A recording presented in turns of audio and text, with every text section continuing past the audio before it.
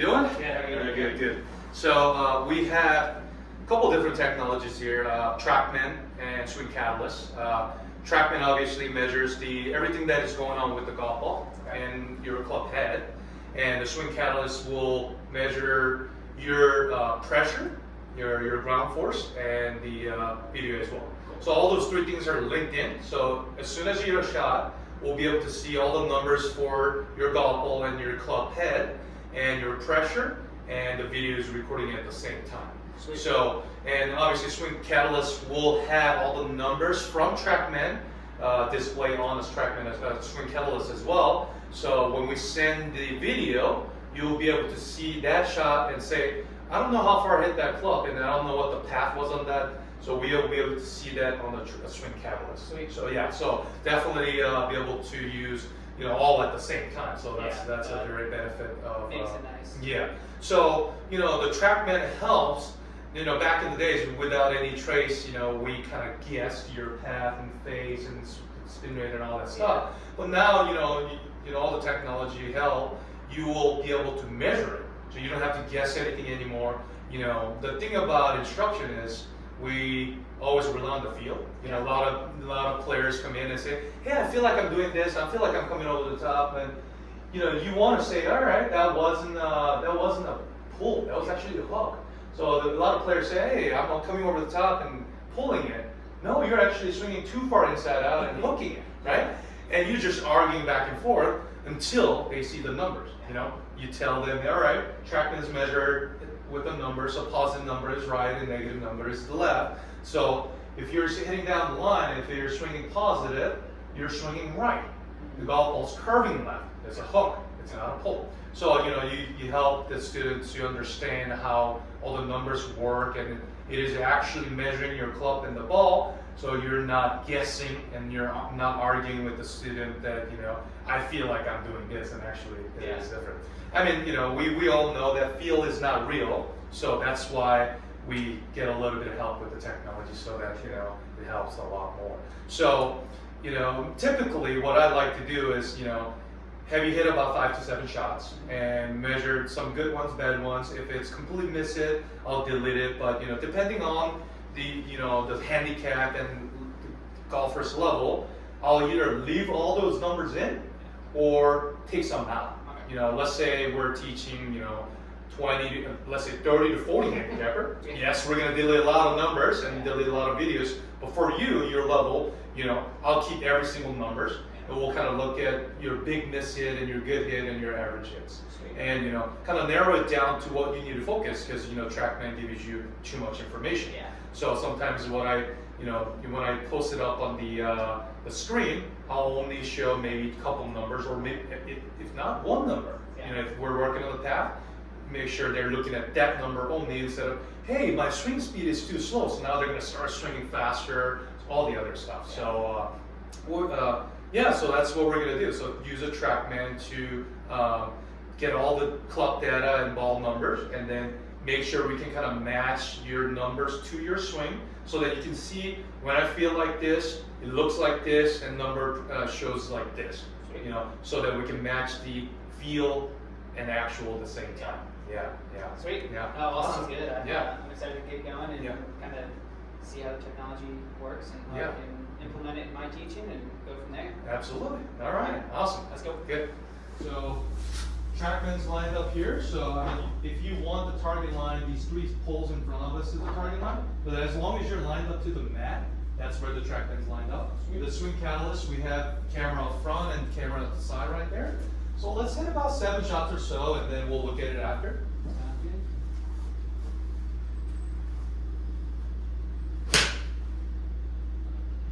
What are some of your tendencies? Bad tendency, let's say. Bad tendency is like a pull hook. Pull hook, okay. Golf ball starts left and keep going left? It doesn't necessarily like far hook, but it stays out. Stays out. Shot shape I'd like to hit and continue to hit is just a nice little cut, nice little fade. Ball falling left to right.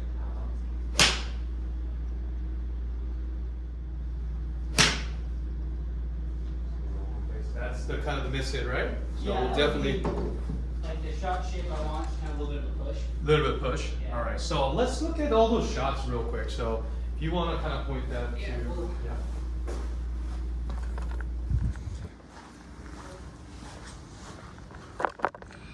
First, let's take a look at your numbers first, and then we'll go back and look at your video. Perfect. So I'm going to average all those guys out first. So we hit about 9 shots right there. So first thing I like to look at is we're talking about the shape of the ball and the contact, what your bad tendency is, and what you like to play. Mm-hmm. So first thing, the pull left. Let's look at the pull left first. So if we click this guy right here. So we're going to mainly focus on the club path and the face right here. Yep. So the club path being negative 0.8. Negative is left of the target line and positive is right of the target line. Okay. So you can see 0.8 is not far left, it's barely left. It's almost hard to see that it's left with your eyes, but Yeah. obviously TrackMan's telling you that it is slightly left. So when the pull is happening, your path is left and your face to path is left as well. Yep. In order for you to create a nice baby fade, your path is left and your face to path has to be slightly right of it. Okay. To be exact, if you want to have a perfect fade, if your number is 1 left path, Mhm. your face to path has to be 0.5 positive. The golf ball starts about maybe a yard left and the curve is right. So if a player has too far left with the path, let's say they have a 5 degrees of left path and 2.5 degrees of open face, then it just have a little more pull fade. Yeah. So less the number is, less the curvature is. So Okay. for you, your average is actually only 0.9. Yeah. So that's barely left. So that's not far left at all, to create too much curvature to the right Yeah. or too far left. So this shot, the worst hit one that we had left was 0.8 left and face to path was 1.1 left. So it stayed left all the way through. So Yep. let's look at that real quick. So yeah, it started left and stayed left. So it's definitely not a hook. It's not starting right and curving left, just staying left like that. And then another bad tendency we saw was the open one right here. Yep. So same thing, your path is 0.8 left, but face to path was too far open, so 4.5. So it stayed right and then curved a little bit more right. So to fix your bad tendency, we kind of have to fix the path, or we leave the path as is and fix the club face. Yeah. So let's take a look at that. So average path is 0.9 left. So that means your club face has to be slightly open. Mhm. So here's what I noticed throughout my experience. When your path is too little, meaning under 2 degrees left, you're not gonna create the fade as much. Yeah. Meaning, if you're going 0.9, your face has to be so little open, so it could be straight, it could be closed, it could be open. The easiest way to create the fade will be path is higher number, meaning it has to be 3 to 5 degrees to left, Mhm. and a face needs to be about 2.5 degrees open. So kind of like Baba Watson. As an instructor, there are a few guys that kind of figured it out. Yeah. One guy, I can name it as Baba Watson because he knows that the golf ball's curving one way. Yeah. So what he's trying to do is, instead of trying to go 0.9 left and 0.45 right, he's trying to go 10 left with the face and 5 right with the club face. That's a lot easier to do so than very little. Yeah. Right? So for you, if you want to create a little pull fade, I want that path to be just a little more left, Okay. and the club face to be just a little more open. Okay. So we're going to experiment that a little bit here. Sweet. So let's try to look at the club path number about 3 to 5 degrees left, Okay. and then we're going to try to make the club face about anywhere from 2 to 3 degrees open. Okay. So to give you an idea, the easiest way for you to think about it, maybe we can, So Put this back over here. you're really depending on, are you a more mechanical person? Are you more a feel person? Feel. Yeah, feel. So I'm going to give you something very easy to think about. You've seen, club face open, swing left, all those kind of stuff, right? So what I want you to do is pick out your target line, very closer to your target line. So meaning, like, let's say you see that little grass right there. So let's try to follow through a little bit left of the target line. It doesn't matter how much, as long as it is left of the target line. Yes. Yeah.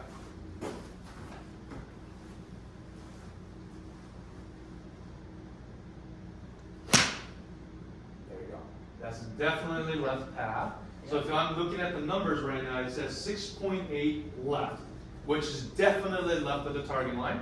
And the club face was open 4.7, so that was actually a perfect baby fade, only 1 yard left of the target line right there. Okay, keeping the same distance. Exactly right. Some people think about curving the ball and they lose distance. Lose distance. You're actually compressing the ball better. You're catching it more center of the club face, so we can actually look at the location in a bit. But only downside with that shot is I'm seeing the spin rate very high. Yeah. So off the mat, it's 8,000 spin rate right now. That means it's 9,000 spin rate on the grass right there. For 7 iron, it's quite high. So we might not go about 7 left, but we can try to go about maybe 3 degrees left. Yeah. So a little less than what you did previously.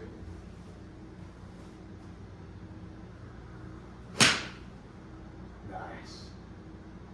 So it started about 4 yards left and then curve it right. So you're really good. Yeah, that was a 3 degrees left right there with the 3 degrees open. So the golf ball just stayed a little bit fade right there, right on top of the target line. Spin rate's much better. Spin rate's much better, and it has less curvature to it. Yeah, so carries about 167 and total 173 right there. Very good. So that's that baby. And you really didn't have to think about your face as much. And I think for me personally, I mean, I've been a baseball player, so I'm used to hitting big slices, right? Oh, nice. So yeah. My whole thing as now an instructor is, okay, face your path. Right? Yes. Path helps it. Uh-huh. And then I've lost my club face control. Oh, so now it's like, okay, hey, again, going like this, where you're looking at numbers and you can see, hey, we just have to match the face path. Exactly. It doesn't matter if the face is open, face is closed. If it's open the whole time and you're swinging to the left, it's going to create that fade. So, absolutely right. and then another reason why technology helps, because I can see, okay, I don't need to worry about my club face as long as it's open. Yes. My target. That's right. Perfect example. Like the previous shot carried 165 and it carried 167, and both of them had a perfect fade. And the previous one was 1 yard left of the target line, and this one was 1 yard right of the target line. So pretty much right at your target line, right? So you wouldn't be able to tell the difference between those two shots. Wow, those two look pretty good. But TrackMan's saying that, all right, the first one was 8,000 spin rate, and this is 7,000 spin rate. And the first one was 7 degrees left, and this was 3 degrees left. So you can clearly tell the difference with the numbers, but you wouldn't be able to tell with your eyes and just feel. Exactly. Yeah. So that definitely, I mean, again, they use technology in lessons is where you can get those field players to look at the numbers, and if they're good feeling, they can feel their swing, they can do that. Yes, sir. Okay, hey, let's get those numbers to where we want to be. But absolutely. And even for the mechanical players that loves talk about mechanics, they can confirm what they're doing by looking at the numbers, just like the field player as well. Yeah. So let's over exaggerate. I want to see if you can do 10 left and 5 right. Okay. It's called get it wrong to get it right. So I want you to know the feeling of what wrong is.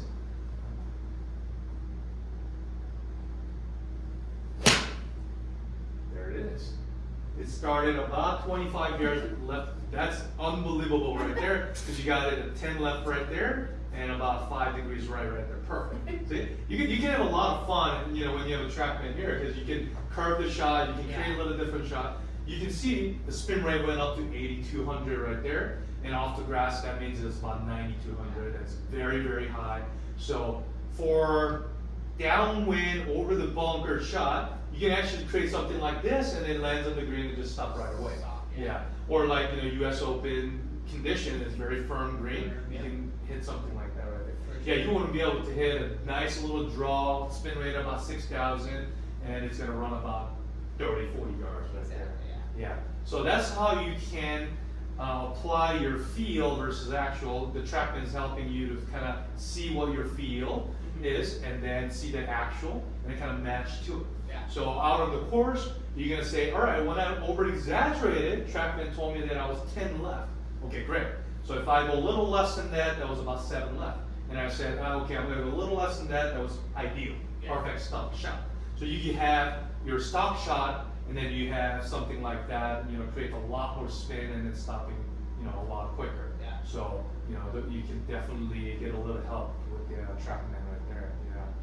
And yeah, very nice. So if we want to take a look at the video, we hit 3 shots that are a little different. and we can kind of compare side by side and see what's different about those strings right there. All right, so one on the left was one that you're trying to overdo your path, meaning you could try to swing a little bit more left at the target line. And one on the right was ideal baby fade right there. So we're going to take a look at the difference between these two swings here. So down below you can see the club path. It says -10, and one on the right it says -7 right there. So let's pull up one that it was a little less. Yeah, right there. So -2.6 versus -10 right there. So I drew two lines right there to kind of show you what it, if we can see the difference right there. So one on the left, that was -10. So you had the same kind of backswing here. But your transition, you're going to notice your hands are going to go over the line, and the path is moving much more left to the target line. You can see that club is under the line and following through. So that was -10 right there. And you can see one on the right, which was more ideal baby fade. Same kind of backswing. Your handles stay on top of the line. Matter of fact, actually slightly below and under the line. And your follow through, we're down the line right there. So you can clearly tell the difference between -10 degree left versus -3 degree left right there. Awesome. All right, so after seeing the TrackMan numbers and videos, did it help you to understand your good tendency and bad tendency better? Yeah, no, I definitely think, going through the whole lesson and kind of either changing it to focus on club face and path matching together instead of it trying to be too perfect or trying to be too zero, which no one ever wants zero. Exactly. But realizing how you can go from the extreme movement to that 10 degree and then moving to the kind of standard 2 degree. And just seeing those numbers, again, feeling the swing, seeing the numbers, and realizing, okay, hey, if I can match these up, it's going to be a lot easier than trying to hit the perfect shot. So definitely, this lesson, not only for me seeing technology and using technology, but for my own game, it's been good to see how, hey, just trust the path, trust the face, let the ball fly. But yeah, technology, it's a bonus to have as an instructor for sure. Absolutely. And it can make you better and the student better. Absolutely. Yeah. You kind of noticed it it was more for your game, but you can kind of tell what you can, do to help your student as well by using the technology. And like I said, you don't have to guess anything anymore. You can show the student. So definitely they will trust you, more credibility and more. And you can make it as simple or as complicated as the student wants it. Exactly. So I think that's nice about most technology now is you can pick and choose what you want to see, what you want them to see. Absolutely. Which is only going to help everyone, because then the more numbers you clutter with them, they're going to be so much more confused and try to get too crazy with all the numbers. But no, it was great. It definitely helps. Definitely good to have, and good to see kind of how the use of it can help all types of players. Awesome. But yeah, so thank you for that. Just kind of some final questions that we're kind of going over here. But so how does the technological tool influence your teaching methodology? So how has this helped you kind of change or adjust how you teach? Good question. So, when I got into teaching, I was always a believer of feel. Just like Jack Nicklaus said before, we don't need this technology to show me if I'm swinging right or left, or you can see the ball flying, it tells me. But the confirmation helps myself and a student as well. So, I was always a feel person, but I found out that, technology actually helps you to understand the feel better. So, it really didn't change my methodology, if I can say that right. But it just helped me more. So it just kind of confirmed your own feel, thought, you're seeing what you're seeing. Exactly. So you're not relying on it, but you're confirming your own teaching. Absolutely. Perfect. No, I like that. And I think that's with every teacher that uses technology. It's more of a confirmation than something that they need to rely on. Yes, and then how often and what type of students do you use technology with? So, to be honest, I actually use it every time. But here's what we fortunate thing is we have screen. So we can turn on the screen, turn off the screen. So if we had a field player who doesn't want to look at the numbers, especially the video, You know, when they look at their swing, they're like, oh man, I didn't know I look like that. Yeah. So instead of they're focusing on what I want them to focus on, they start focusing on what they're seeing. So I will use the technology and put it on my screen, but I'll turn off their screen so that they won't look at it. Yeah. So to be honest, I will look at the technology every single time with all my students just to confirm, you know, what I'm seeing and what it's saying is the same. Yeah. Yeah. So yeah, any handicap you can use it with, it's just whether how much you want to show them or not show them. Right. Like I said, I can delete and ignore a couple numbers and delete the videos and then show them the good ones or sometimes the bad one as well. Absolutely. How has the technology influenced the development of your students' performance? So how can you use technology to show progression, show again kind of how we did. I was both in and out on my club face and club half, Yes. and then how I've adjusted to kind of being more left and face open. So, you know, every session we saved a lot of videos, not just the good one and bad ones, and sometimes, you know, we leave some older swings as well. And then we rate them. We can put a little star on it, 1 star, 2 star, 3 star, 0 star. And so we save them, and then let's say the student comes back in 2 weeks or a month, you know, obviously they practice enough, they play enough, come back. We'll do a blind test, like, you know, all right, I want you to hit another 7 shots. I'm not going to show you any numbers and videos, and then we compare them side by side. So the thing about the first lesson versus second lessons, everybody gets surprised that, oh, I worked on it enough and I worked hard, and I look at the number, it's identical. Yeah. So they notice that, all right, you know what? I thought I was doing enough, but it wasn't enough. Okay. I wouldn't believe that if the technology didn't show me or tell me. So they'll go back and work harder. We'll come up with some different drills and, you know, technique to change a little bit. Yeah. So it really helps the student to understand, are they really doing the right thing, or are you doing the same thing over and over and over again? Are they practicing correctly? Exactly. So we save the video, save the numbers, and show them later to see the progress. Yeah, that helps a lot. You know, not just me, but yeah, definitely helps develop their, you know, performance. Yeah, no, absolutely. And then kind of a question for you and kind of the business side of technology and teaching, but how has kind of the use of technology compared to not using technology, how has that kind of helped you kind of grow your own wealth, honestly? Yeah, significantly actually, because technology I use, fortunately, it is the top of the line, TrackMan. So a lot of students will just come in just to look at the number as well. You know, not just, you know, they'll want to hear what I want, you know what they want to hear, but sometimes these guys will not listen to me but look at the numbers and then, all right, can I get this information, and then I can work on it. Yeah. I don't know if it's true, but there was a tour player who doesn't have an instructor. There's an instructor tell the player the numbers, but he doesn't listen to any of the swing exactly. He'll only look at the number and he fixes it himself. Okay. So, you know, not just, you know, helping me to get better knowledge and tell my students what's happening, but students will come in and just look at the numbers or do a gap analysis, or I'll use an optimizer, which helps you to select the right shaft and right loft and stuff. So yeah, it definitely generates a lot more, you know, revenue.